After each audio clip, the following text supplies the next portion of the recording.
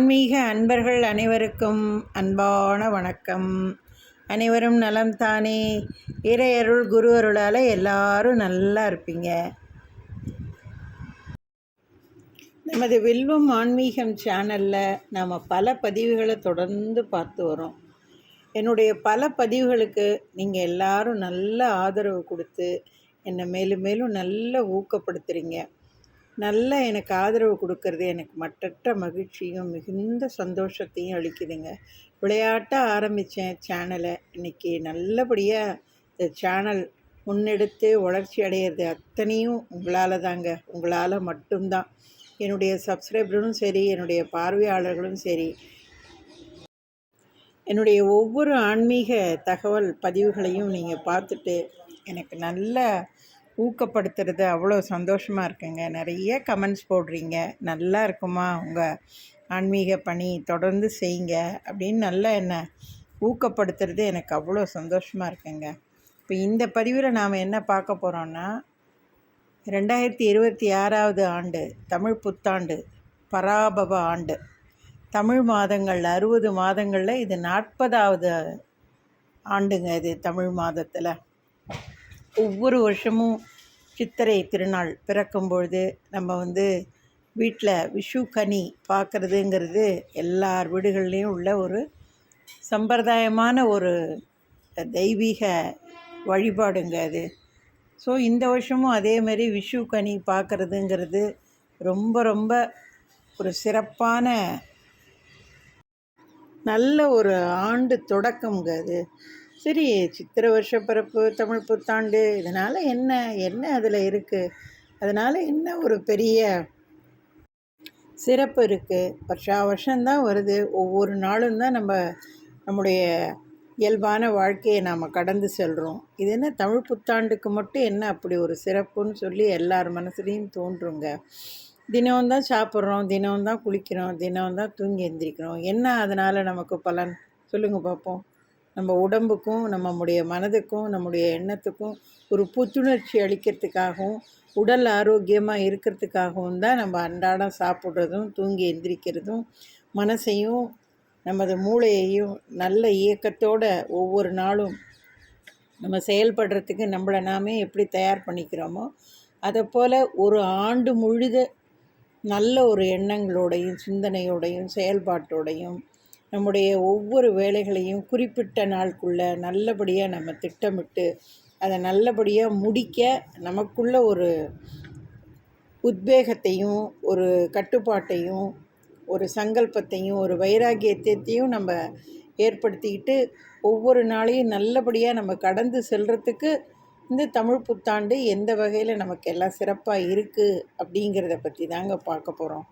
முதல்ல இந்த பதிவை நீங்கள் பார்க்குற யாராக இருந்தாலும் ஆன்மீகத்திலையும் இறை வழிபாட்டிலையும் மிகுந்த நம்பிக்கையும் பக்தியும் உடையவங்க இந்த காணொளியை முழுசாக கடைசி வரைக்கும் பாருங்கள். ஆமாம், என்ன இதெல்லாம் கும்பிடுறோம், போகிறோம், வரோம், நமக்கு என்ன நல்லது நடக்குது? ஒன்றும் நடக்க மாட்டேங்குது. மேலே மேலே நமக்கு காலவாரி விடுற மாதிரி தான் இருக்கே தவிர நம்ம நினச்சபடி ஒன்றும் நடக்கலை. இதில் என்னத்தை பெருசாக சாமியை கும்பிடுறது, இல்லை தமிழ் புத்தாண்டு வேறு கும்பிடுறதுன்னு நினைக்கிறவங்க, அந்த மாதிரி எண்ணம் உள்ளவங்க யாராக இருந்தாலும் தயவு செஞ்சு இந்த காணொளியை நீங்கள் பார்க்கவே வேணாம், ஸ்கிப் பண்ணிவிடுங்க. நீங்கள் நம்பிக்கை உள்ளவங்க, இறைவன் மீது நம்பிக்கை உள்ளவங்க, இறை பக்தி உள்ளவங்க மட்டும் இந்த காணொளியை முழுசாக பாருங்கள். நானும் காணொளியில் ஒன்றும் பெருசாக அப்படி ஒன்றும் இல்லாததெல்லாம் ஒன்றும் நான் எதுவும் சொல்லியில்லை. நான் தான் எல்லாம் கரெக்டாக சொன்னேன்னு நான் எதுவும் சொல்ல வரல. நான் எல்லாருக்கும் நல்ல தெரிஞ்ச ஒரு மனிதனாக பிறந்தவன் தன்னுடைய வாழ்நாளில் குழந்தையிலேருந்து இறக்குற வரைக்கும் என்னென்ன மாதிரியான நல்ல பழக்க வழக்கங்களை கடைபிடித்து வாழ்ந்து இறக்குறானோ அவனுடைய வாழ்க்கை நிச்சயம் சொர்க்கத்தில் தாங்க நிச்சயிக்கப்படும். அதில் எந்த வித மாற்று கருத்தும் இல்லை. மனிதத்துவமாக வாழ்ந்து, மனிதனாக வாழ்ந்து, நல்ல பழக்க வழக்கங்களோடையும் பண்புகளோடையும் வாழ்ந்து நம்ம மறைந்தோன்னு சொன்னால் நிச்சயம் நம்முடைய ஆத்மாவுக்கு ஒரு ஆத்ம சுத்தி கிடைச்சி இறைவனுடைய பாத கமலங்களில் நம்ம நிலைப்பாருவோங்கிறதுல எந்த வித மாற்று கருத்தும் இல்லைங்க. முதல்ல வருஷப்பிறப்பு அன்னைக்கு என்ன செய்யணும்? குறைந்தபட்சம் வீடெல்லாம் சுத்தம் பண்ணிவிட்டு, பூஜை அறையை சுத்தம் பண்ணிவிட்டு, முதல் நாளே இந்த விஷு கனி பார்க்குறவங்க தட்டில் எல்லா வகையான பழங்கள், பருப்பு, தானியங்கள், மலர்கள், நாணயங்கள், ரூபா நோட்டுகள் இது எல்லாத்தையும் ஒரு தட்டில் வச்சு முதல் நாளே வீட்டில் ஹாலில் எங்கேயாவது ஒரு டேபிளில் மேஜையில் எதுலையாவது அழகாக வச்சுட்டு போய் படுத்து நல்லா தூங்கி எந்திரிச்சிட்டு காலையில் எந்திரிச்ச உடனேயே முதல்ல வந்து கண் திறந்து அந்த விஷு கனியை பார்க்குறதுங்கிறது தான் ஒரு தாத்பரியமான ஒரு செயல். அதை முதல்ல செய்யுங்க. என்ன உங்களால் முடியுமோ முடிஞ்சதை தட்டில் வைங்க. அது இல்லையேம்மா, இது இல்லையேம்மா, அது எப்படி பண்ணுறது, இது எப்படி பண்ணுறது, அதை எப்படி செய்கிறது, இது எந்தவித தேவையில்லாத குழப்பங்களும் வேண்டாம். நான் ஒரு தடவையும் சொல்கிறது அதுதான். உங்களால் என்ன முடியுமோ உங்களால் என்ன முடியுமோ உங்களால் என்ன முடியுமோ முடிஞ்சதை தட்டில் எடுத்து வைங்க. சும்மா ஒரு பழம் வச்சு ஒரு 5 ரூபாயோ 10 ரூபாயோ ஒரு நோட்டை வச்சு நம்ம அன்றாடம் போடுற நகையில் ஒரு சின்ன ஒரு தோடு, செயின், அந்த மாதிரி மோதிரம்னு ஏதாவது ஒன்றை தட்டில் வச்சு அதுதான் விஷு கனிங்கிறது. அது எதுக்காக அந்த தாற்பயம்னா, அந்த வருடம் பூரா நமக்கு உணவுக்கும் சரி பொருளாதார வசதிக்கும் சரி எந்தவித பஞ்சமும் இல்லாமல் நம்மளும் சரி நம்முடைய குடும்பங்களும் சரி நம்ம குடும்பத்தில் உள்ள ஒவ்வொருத்தரும் சரி கஷ்டப்படாமல், உணவுக்காக கஷ்டப்படாமல், பொருளாதார வசதிக்காக கஷ்டப்படாமல் ஆண்டு முழுவதும் நிறைவாக இருக்கணும் அப்படிங்கிறதுக்காக நம்முடைய முன்னோர்களாலும் பெரியோர்களாலும் ஏற்படுத்தப்பட்ட ஒரு வழிமுறை தாங்க அது. அதை கண்டிப்பாக நீங்கள் பின்பற்றணுங்கிற கட்டாயம் கிடையாது. நான் ஏற்கனவே சொன்ன மாதிரி உங்களால் என்ன முடியுமோ முடிந்ததை செய்யுங்க. அடுத்தது காலையில் சீக்கிரம் எந்திரிங்க. ஆரம்பிச்சிட்டிங்களாம்மா, காலையில் சீக்கிரம் எந்திரிங்கன்னு. ஏம்மா அன்றைக்கி உலகமே லீவு, அன்றைக்கி கவர்மெண்ட்டு ஹாலிடே, ஸ்கூல் கிடையாது, ஆஃபீஸ் கிடையாது, ஒன்றும் கிடையாது. நமக்கே ஒரு நாள் கிடைக்காதான்னு நாங்களே தவிச்சிக்கிட்டு இருக்கோம்.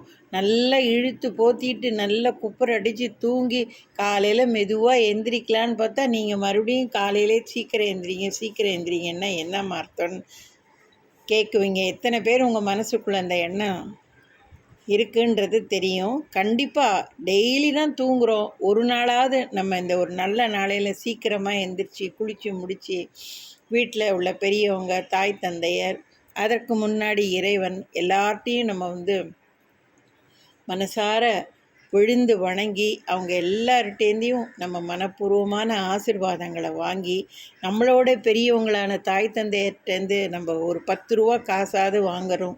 அதேமாதிரி நம்மளுடைய வயதில் சின்னவங்களாக இருக்கிற நம்முடைய குழந்தைகள், அண்ணன், தம்பி, தங்கை அந்த மாதிரி உள்ளவங்களுக்கு நம்ம கையிலேருந்து ஒரு 10 ரூபா காசு கொடுக்குறதும் இதெல்லாம் வந்து ஒரு உறவு முறைக்குள்ள ஒரு சந்தோஷத்தையும் ஒரு மகிழ்ச்சியையும் ஆனந்தத்தையும் ஏற்படுத்தக்கூடிய ஒரு அற்புதமான செயலுங்க.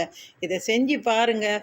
அப்புறம் நீங்களே வேண்டான்னா கூட உங்கள் மனசு குடுன்னு சொல்லும். அந்த மாதிரி என்றைக்குமே இறைக்கிற கிணறு தான் அடிக்கடி ஊறிக்கிட்டே இருக்கும்னு சொல்லுவாங்க, நீர் வற்றாமல். அதுமாரி கொடுக்குற கைகளுக்கு தான் கடவுள் நிறைய கொடுத்துக்கிட்டே இருப்பான். அதனால் கொடுக்கறதுக்கு ஒரு சின்ன ஒரு 5 நிமிஷம் கூட யோசிக்காதீங்க, கல்மிஷமாக யோசிக்காதீங்க. உங்களால் என்ன முடியுமோ முடிஞ்சதை கொடுங்க. அடுத்தது பக்கத்தில் அருகாமையில் இருக்கிற எந்த கோயிலாக இருந்தாலும் அந்த கோயிலில் போய் பஞ்சாங்கம் படிக்கிறதுன்னு இன்றளவும் இருக்குது. அது உங்கள் கோயிலில் எப்படி அதை வழிமுறைப்படுத்தி எந்த நேரத்தில் படிக்கிறாங்க அப்படிங்கிறத போய் பார்த்து பஞ்சாங்கம் படிக்கிறத கேளுங்க. ஏன்னா பஞ்சாங்கத்தில் கிட்டத்தட்ட ஒரு 75% அந்த ஆண்டு பூரா என்ன நல்லது கெட்டது நடக்கும், அந்த ஒவ்வொரு ராசிக்காரர்களும் எப்படி இருப்பாங்க, இந்த தமிழ் புத்தாண்டு முழுவதும் ஒவ்வொரு ராசிக்காரர்களுக்கும் என்ன நன்மைகள் தீமைகள் அப்படிங்கிறதெல்லாம் அந்த பஞ்சாங்கத்தில் கண்டிப்பாக குறிப்பிட்டிருப்பாங்கங்க. அதுமாதிரி மழை வருமா, தானியங்களுடைய அதாவது விவசாயம் எப்படி இருக்கும், பயிர்கள்லாம் நல்லபடியாக விளையுமா, மழை எப்படி கிடைக்கும், வெயில் எப்படி இருக்கும், வியாதிகள்லாம் என்னென்ன வரும், ஒரு நாட்டுக்கும் இன்னொரு நாட்டுக்கும் சண்டையா என்ன எது இப்படி ஒன்று பற்றியும் ரொம்ப சிறப்பாக இந்த பஞ்சாங்கத்தில் சொல்லியிருப்பாங்கங்க. அது கிட்டத்தட்ட 75% உண்மையானது, கண்டிப்பாக நடக்கும். அதேமாரி பஞ்சாங்கம் வாங்குகிற பழக்கம் இருக்கிறவங்க கண்டிப்பாக அன்றைக்கி தமிழ் புத்தாண்டு அன்னைக்கு பஞ்சாங்கத்தை வாங்கி அதை பூஜை அறையில் நம்ம விஷு கனின்னு சொல்லி தட்டில் பழங்கள், ரூபா நாணயங்கள், பவுன்னு, பழ வர்க்கங்கள், பூக்கள்னு எல்லாம் கண்ணாடியோடு எல்லாம் வச்சுருக்கோம் பாருங்கள். அந்த தட்டில் இந்த பஞ்சாங்கத்தையும் வச்சு தெய்வத்துக்கு நம்மளால் முடிஞ்ச நைவேத்தியங்கள் ஏதாவது ஒன்றை படைச்சி காலையிலேயே தூப தீப ஆராதனை காமிச்சு வீட்டில் உள்ளவங்க பெரியவங்க காலிலெல்லாம் விழுந்து நமஸ்காரம் பண்ணி அவங்களுடைய ஆசிர்வாதத்தோடு தெய்வத்துடைய ஆசிர்வாதத்தையும் பெற்று அன்றைய பொழுதை நீங்கள் நல்லபடியாக தொடங்குங்க. அன்றைக்கி ஒரு நாள் தாம்மா லீவு கிடைக்கிது, வீட்டில் நிம்மதியாக ஜாலியாக இருக்கலாம்னு சொன்னால் நீங்கள் இந்த மாதிரி வேலையெல்லாம் நிறையா சொல்கிறீங்களேம்மா அப்படின்னா, கண்டிப்பாக அன்றைக்கி வீட்லேயும் சரி உங்கள் அருகாமையில் உள்ள கோயில்களுக்கும் சரி குடும்பத்தோடு போய் நல்லபடியாக சாமியை கும்பிட்டு, அப்பா இந்த வருஷம் தொடங்குகிற இந்த தமிழ் புத்தாண்டு பராபவ ஆண்டு எனக்கும் என் குடும்பத்துக்கும் என்னை சேர்ந்த அத்தனை உறவினர்களுக்கும் என்னை சுற்றியுள்ள எல்லா நண்பர்களுக்கும் உற்றார் உறவினர்களுக்கும் இந்த உலகத்துக்கும் எங்களுடைய நாட்டுக்கும் எல்லாம் நன்மை பயக்கக்கூடியதாக இருக்கணும். காலத்தில் பருவமழை பெய்து நல்ல விவசாயம் தழைக்கணும், நோய் நொடி இல்லாத நல்ல ஆரோக்கியமான வாழ்க்கை அமையணும், பசித்த வயிறுக்கு பசியார நல்ல சாப்பாடு கிடைக்கணும், உணவு கிடைக்கணும், நோய் நொடி இல்லாமல் எல்லாரும் நல்ல தீர்க்காயுசாக நல்லபடியாக இருக்கணும். அதனால் என்னையும் என் குடும்பத்தையும் என்னுடைய குடும்பம், மனைவி, கணவன், குழந்தைகள், தாய் தந்தையர்கள், உற்றார் உறவினர், நண்பர்கள்னு எல்லாரும் நல்லா இருக்கணும்னு சொல்லி மனசார கையெடுத்து கும்பிட்டுட்டு குடும்பத்தோடு கோவிலுக்கு போய் சுவாமி பேரில் ஒரு அர்ச்சனையை பண்ணிவிட்டு நல்லபடியாக சங்கல்பம் பண்ணிவிட்டு கும்பிட்டுட்டு வாங்க. கண்டிப்பாக இந்த பிறக்கின்ற தமிழ் புத்தாண்டு பராபவ ஆண்டு எல்லாருக்கும் நல்ல ஒரு நிம்மதியையும் மன மகிழ்ச்சியையும் சந்தோஷத்தையும் கொடுக்குன்றது நிதர்சனமான உண்மை. நீங்கள் செஞ்சு பாருங்கள், கண்டிப்பாக கிடைக்கும், கண்டிப்பாக நடக்கும். நிச்சயமாக கமெண்ட்டில் நீங்கள் போடுவீங்க, அம்மா நீங்கள் சொன்னதெல்லாம் உண்மைதான், நாங்கள் எல்லாம் நல்லபடியாக இறைவனை வழிபட்டோம், அன்றைய பொழுது எங்களுக்கு மனசு ரொம்ப நிம்மதியாக சந்தோஷமாக ஆனந்தமாக இருந்தது, எந்தவித மன வருத்தமோ சங்கடமோ இல்லாமல் நல்லபடியாக அன்றைய பொழுது போச்சுமான்னு நிச்சயம் நீங்கள் சொல்லுவீங்க. அடுத்தது இந்த தமிழ் புத்தாண்டு அன்னைக்கு நீங்கள் குலதெய்வ பிரார்த்தனை எதுவும் நீங்கள் கோவிலுக்கு போய் குலதெய்வத்தை வழிபாடு செய்கிறதுனாலும் ரொம்ப சிறப்பான நாளுங்க. இந்த தமிழ் புத்தாண்டு அன்னைக்கு சித்திரை 1 மாத பிறப்பு, ஒவ்வொரு மாத பிறப்புமே குலதெய்வ வழிபாட்டுக்கு ரொம்ப சிறப்பான ஒரு நாளுங்க. அதனால் கண்டிப்பாக வருஷம் ஆரம்பிக்குது, தமிழ் மாதம் ஆரம்பிக்குது, சித்திரை ரொம்ப விசேஷமான நாள். அதனால் கண்டிப்பாக அன்றைக்கி குலதெய்வ பிரார்த்தனை மிக சிறப்பான ஒரு பிரார்த்தனை வழிபாடு. உங்களுக்காக போக முடியல, தட்டி போச்சு, பார்க்க முடியல, லீவு கிடைக்கல, வீட்டில் ஒரு ஒரு போக முடியாத ஒரு தடை, இந்த மாதிரியெல்லாம் எதுவும் உங்களுக்கு இருந்ததுன்னா கண்டிப்பாக அன்றைக்கி எல்லாம் நீங்கள் சொல்கிற மாதிரி லீவு தானே, எல்லாம் குடும்பத்தோடு போய் உங்கள் அருகில் உள்ள குலதெய்வத்தை போய், அதுவும் பக்கத்திலே இருந்ததுன்னா கண்டிப்பாக அன்றைக்கி அந்த குலதெய்வத்தை போய் பார்க்க தவறாதீங்க.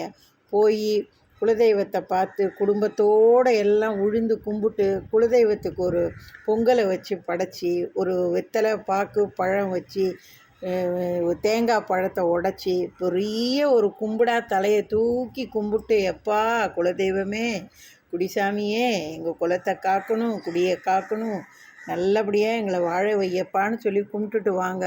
சத்தியமாக சொல்கிறேன், அந்த வருஷம் பூரா உங்களுக்கு என்ன மாதிரியான ஒரு ஏற்றத்தையும் சந்தோஷத்தையும் நிம்மதியும் கொடுக்குதுங்கிறத நீங்கள் அனுபவபூர்வமாக கண்கூடாக பார்த்தீங்கன்னா தான் உங்களுக்கு அது புரியும்.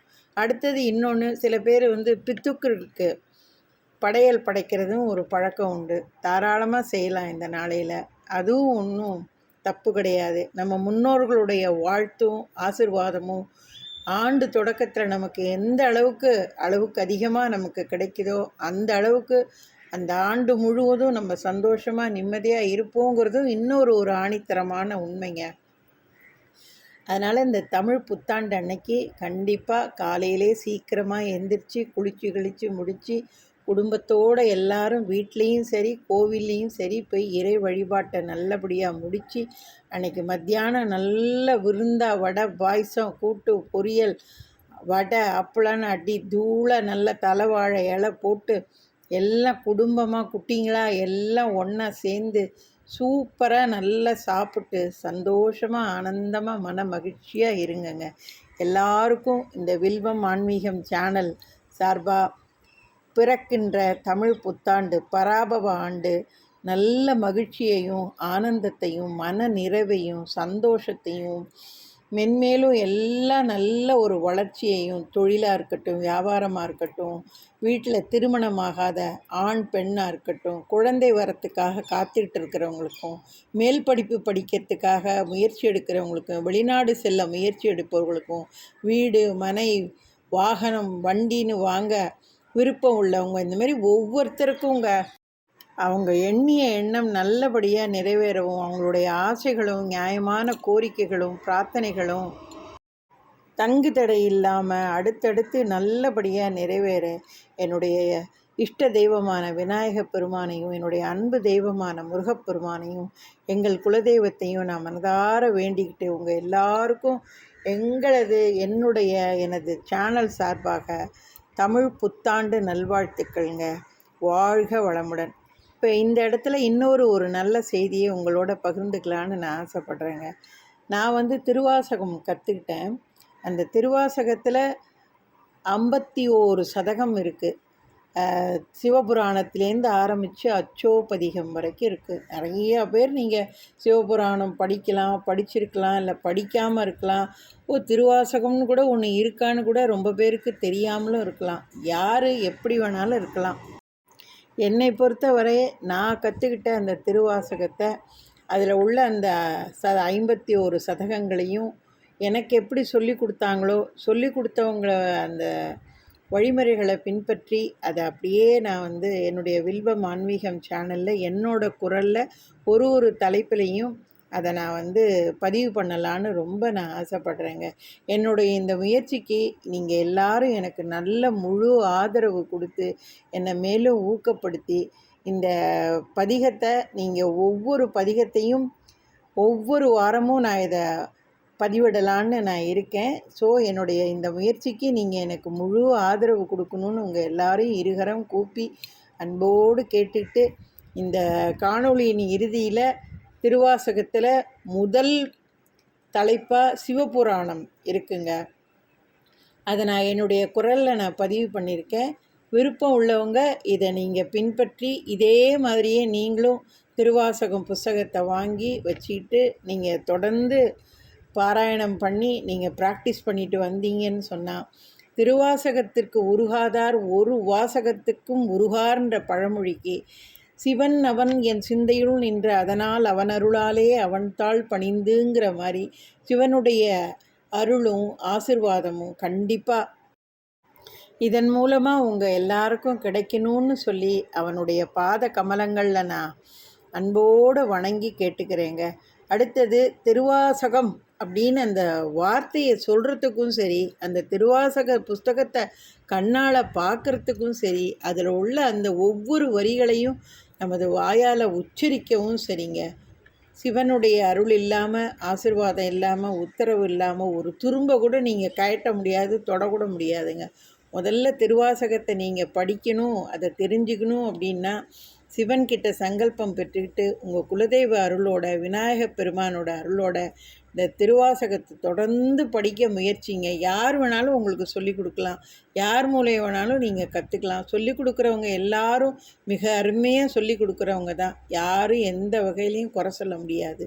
உங்களுக்கு நல்ல பரிச்சயமானவங்க, உங்களுக்கு நல்ல பிடித்தமானவங்க யார் எப்படி சொல்லி கொடுத்தாலும் சரி, அதை அப்படியே கப்புன்னு கெட்டியாக நீங்கள் பிடிச்சிக்கிட்டு உங்கள் வாழ்நாளில் ஒரு முறையாவது நீங்கள் அந்த திருவாசகத்தை முதல் அட்டையிலேருந்து கடைசி அட்டை வரைக்கும் தொடர்ந்து நீங்கள் படிச்சிட்டிங்கன்னு சொன்னால் சத்தியமாக உங்களுக்கு சொர்க்கந்தாங்க.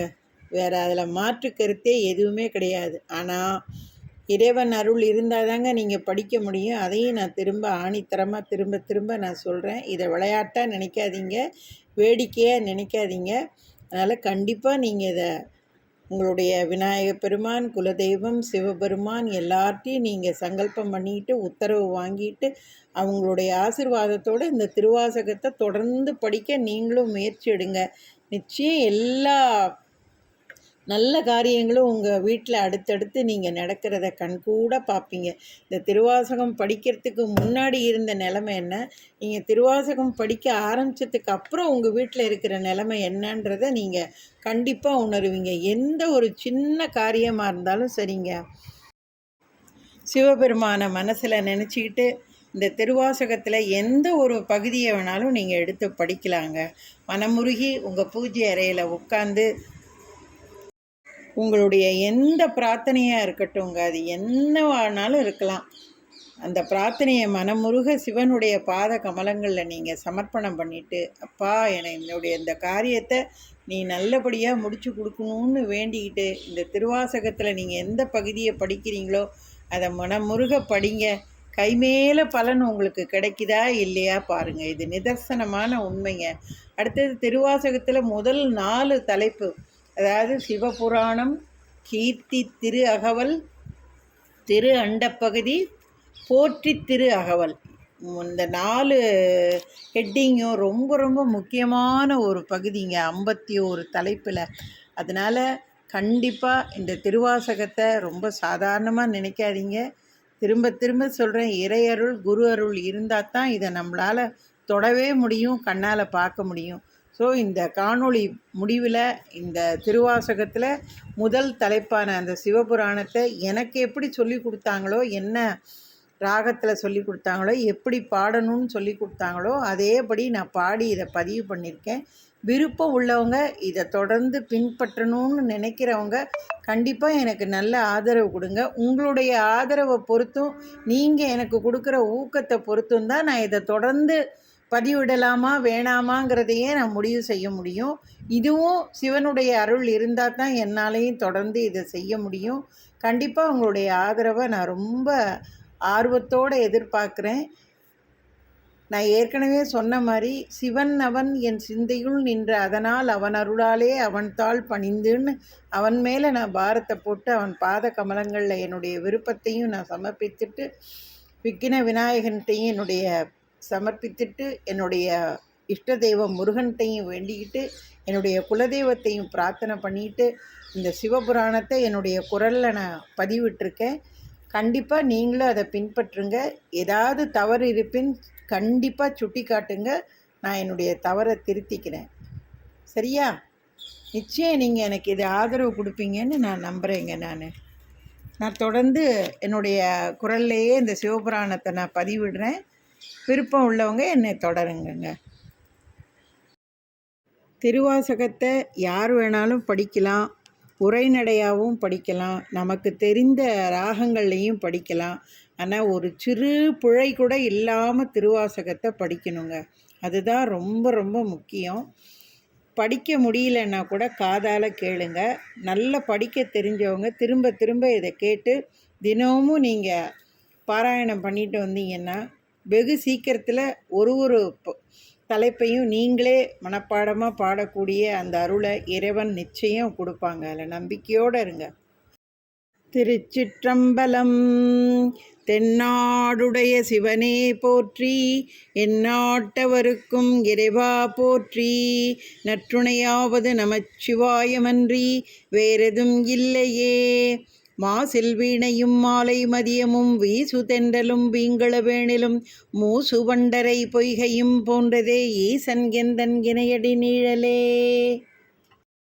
தொல்லை இரும் பிறவி சூழும் தலை நீக்கி அல்லல் அறுத்து ஆனந்தம் ஆக்கியதே எல்லை மறுவா நெறியளிக்கும் வாதவூரெங்கோன் திருவாசகம் என்னும் தேன்.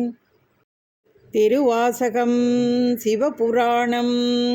நமச்சிவாய வாழ்க, நாதன் தாள் வாழ்க, இமை பொழுதும் என் நெஞ்சில் நீங்காதான் தாழ் வாழ்க, கோகழி ஆண்ட குருமணி தன் தாழ் வாழ்க, ஆகமம் ஆகி நின்று அன்னிப்பான் தாழ் வாழ்க, ஏகன் அநேகன் இறைவனடி வாழ்க, வேகம் கெடுத்தாண்ட வேந்தனடி வெல்க, பிறப்பருக்கும் பிங்ககன் தன் பெய்கடல்கள் வெல்க, புறந்தாருக்கு சேயோன் தன் பூங்கடல்கள் வெல்க கரம் குவிவார் உள்மகிழும் கோன்கடல்கள் வெல்க சிரம் குவிவார் ஓங்குவிக்கும் சீரோன் கழல் வெல்க. ஈசன் அடி போற்றி எந்தை அடி போற்றி தேசன் அடி போற்றி சிவன் சேவடி போற்றி நேயத்தே நின்ற நிமலனடி போற்றி மாயப் பிறப்பறுக்கும் மன்னன் அடி போற்றி சீரார் பெருந்துரை நம் தேவனடி போற்றி. ஆராத இன்பம் அருளும் மலை போற்றி சிவன் அவன் என் சிந்தையுள் நின்ற அதனால் அவன் அருளாலே அவன் தாழ் வணங்கி சிந்தை மகிழ சிவபுராணம் தன்னை முந்தை வினை முழுதும் மோய உரைப்பன் யான்.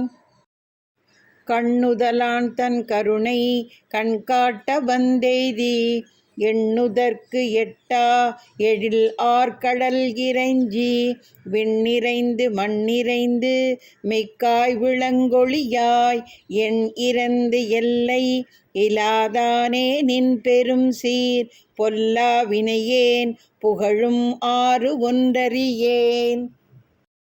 புல்லாய் பூடாய் புழு ஆய் மரமாகி பல்விருகமாகி பறவையாய் பாம்பாகி கல்லாய் மனிதராய் பேயாய் கணங்களாய் வல் அசுரராகி முனிவராய் தேவராய் செல்லா நின்ற இத்தாவர சங்கமத்துள் எல்லா பிறப்பும் பிறந்திழைத்தேன் எம்பெருமான் மெய்யே உன் பொன்னடிகள் கண்டு இன்று வீடுற்றேன் உய்ய என் உள்ளத்துள் ஓங்காரமாய் நின்ற மெய்யா விமலா விடைப்பாகா வேதங்கள் ஐயா என ஓங்கி ஆழ்ந்தகன்ற நுண்ணியனே. வெய்யாய் தனியாய் இயமான நாம் விமலா பொய்யாயின எல்லாம் போயகல வந்தருளி மெய்ஞானமாகி மிளிர்கின்ற மெய்ச்சுடரே எஞ்ஞானம் இல்லாதேன் இன்பப் பெருமானே அஞ்ஞானம் தன்னை அகல்விக்கும் நல்லறிவே. ஆக்கம் அளவிருதி இல்லாய் அனைத்துலகும் ஆக்குவாய் காப்பாய் அழிப்பாய் அருள் தருவாய் போக்குவாய் என்னை புகுவிப்பாய் நின் தொழும்பில் நாற்றத்தின் நேரியாய் சேயாய் நனியானே மாற்றம் மனம் கழிய நின்ற மறையோனே. கறந்த பால் கண்ணலொடு நெய் கலந்தால் போல சிறந்தடியார் சிந்தனையுள் தேனூறி நின்று பிறந்த பிறப்பறுக்கும் எங்கள் பெருமான் நிறங்கள் ஓர் ஐந்துடையாய் விண்ணோர்கள் ஏத்த மறைந்திருந்தாய் எம்பெருமான் வல்வினையேன் தன்னை மறைந்திட மூடிய மாய இருளை அறம்பாவம் என்னும் அருங்கயிற்றால் கட்டி புறந்தோல் போர்த்து எங்கும் புழு அழுக்கு மூடி மலம் சோறும் 9 வாயில் குடிலை மலங்கப் புலன் 5ம் வஞ்சனையை செய்ய விலங்கு மனத்தால் விமலா உனக்கு கலந்த அன்பாகி கசிந்து உள்வுருகும் நலம்தான் இலாத சிறியேற்கு நல்கி நிலம் தன்மேல் வந்தருளி நீள்கழல்கள் காட்டி நாயின் கடையாய் கிடந்த அடியேற்கு தாயின் சிறந்த தயா ஆன தத்துவனே மாசு அற்ற ஜோதி மலர்ந்த மலர்ச்சுடரே தேசனே தேனார் அமுதே சிவபுரனே பாசமாம் பற்றறுத்து பாரிக்கும் மாரியனே நேச அருள் புரிந்து நெஞ்சில் வஞ்சம் கெட பேராது நின்ற பெருங்கருணை பேராரே ஆறாமுதே அளவிலா பெம்மானே ஓராதார் உள்ளத்து ஒளிக்கும் ஒளியானே நீராய் உருக்கி என் ஆருயிர் ஆய் நின்றானே இன்பமும் துன்பமும் இல்லானே உள்ளானே அன்பருக்கு அன்பனே யாவையுமாய் அல்லையும் ஆம் ஜோதியனே துன் இருளே தோன்றா பெருமையனே ஆதியனே அந்தம் நடு ஆகி அல்லானே ஈத்தனை ஆட்கொண்ட எந்தை பெருமானே கூர்த்தமை ஞானத்தால் கொண்டுணர்வார் தம் கருத்தின் நோக்கரிய நோக்கே நுணுக்கரிய நுண்ணுணர்வே போக்கும் வரவும் புணர்வும் இலா புண்ணியனே காக்கும் எம் காவலனே காண்பரிய பேரொளியே ஆற்றின்ப வெள்ளமே அத்தாமிக்காய் நின்ற தோற்றச் சுடரொளியாய் சொல்லாத நுண் உணர்வாய் மாற்றமாம் வையகத்தின் வெவ்வேறே வந்தறிவாம் தேற்றனே தேற்ற தெளிவே என் சிந்தனையுள் ஊற்றான உன்னார் அமுதே உடையானே வேற்று விகார விடக்கு உடம்பின் உள்கிடப்ப ஆற்றேன் எம் ஐயா அரணேவோ என்றென்று போற்றி புகழ்ந்திருந்து பொய்கட்டு மெய்யானார் மீட்டு இங்கு வந்து வினை பிறவி சாராமே கள்ளப்புலக் குரம்பை கற்றழிக்க வல்லானே நல் இருளில் நட்டம் பயின்றாடும் நாதனே தில்லையுள் கூத்தனே தென்பாண்டி நாட்டானே அல்லல் பிறவி அறுப்பானே ஓ என்று சொல்லற்கு அறியானை சொல்லி திருவடிக்கு சொல்லிய பாட்டின் பொருள் உணர்ந்து சொல்லுவார் செல்வர் சிவபுரத்தின் உள்ளார் சிவனடிக்கு பல்லோரும் ஏத்தப் பணிந்து சொல்லிய பாட்டின் பொருள் உணர்ந்து சொல்லுவார் செல்வர் சிவபுரத்தின் உள்ளார் சிவனடிக்கு பல்லோரும் ஏத்தப் பணிந்து. திருச்சிற்றம்பலம். மாணிக்க வாசகர் திருவடிகள் போற்றி போற்றி. என்னங்க, இதுவரைக்கும் திருவாசகத்தில் முதல் பதிகமான சிவபுராணத்தை என்னுடைய குரலில் நான் காணொளியில் பதிவிட்டிருக்கேன். உங்களுக்கும் இது பிடிக்கும்னு நினைக்கிறேன். இதை தொடர விரும்புகிறவங்க என்னுடைய குரலில் உங்களுக்கு பிடிச்சிருந்ததுன்னா கண்டிப்பாக நீங்களும் இதே மாதிரி பாடி பயிற்சி பெற்று திருவாசகத்தை தினமும் இறைவனுக்கு முன்னாடி உங்கள் பூஜை அறையில் சொல்லுங்கள். அடுத்தடுத்து ஏற்படுற மாற்றங்களை கண்கூட பார்ப்பீங்கங்க. திருச்சிற்றம்பலம், திருச்சிற்றம்பலம், திருச்சிற்றம்பலம்.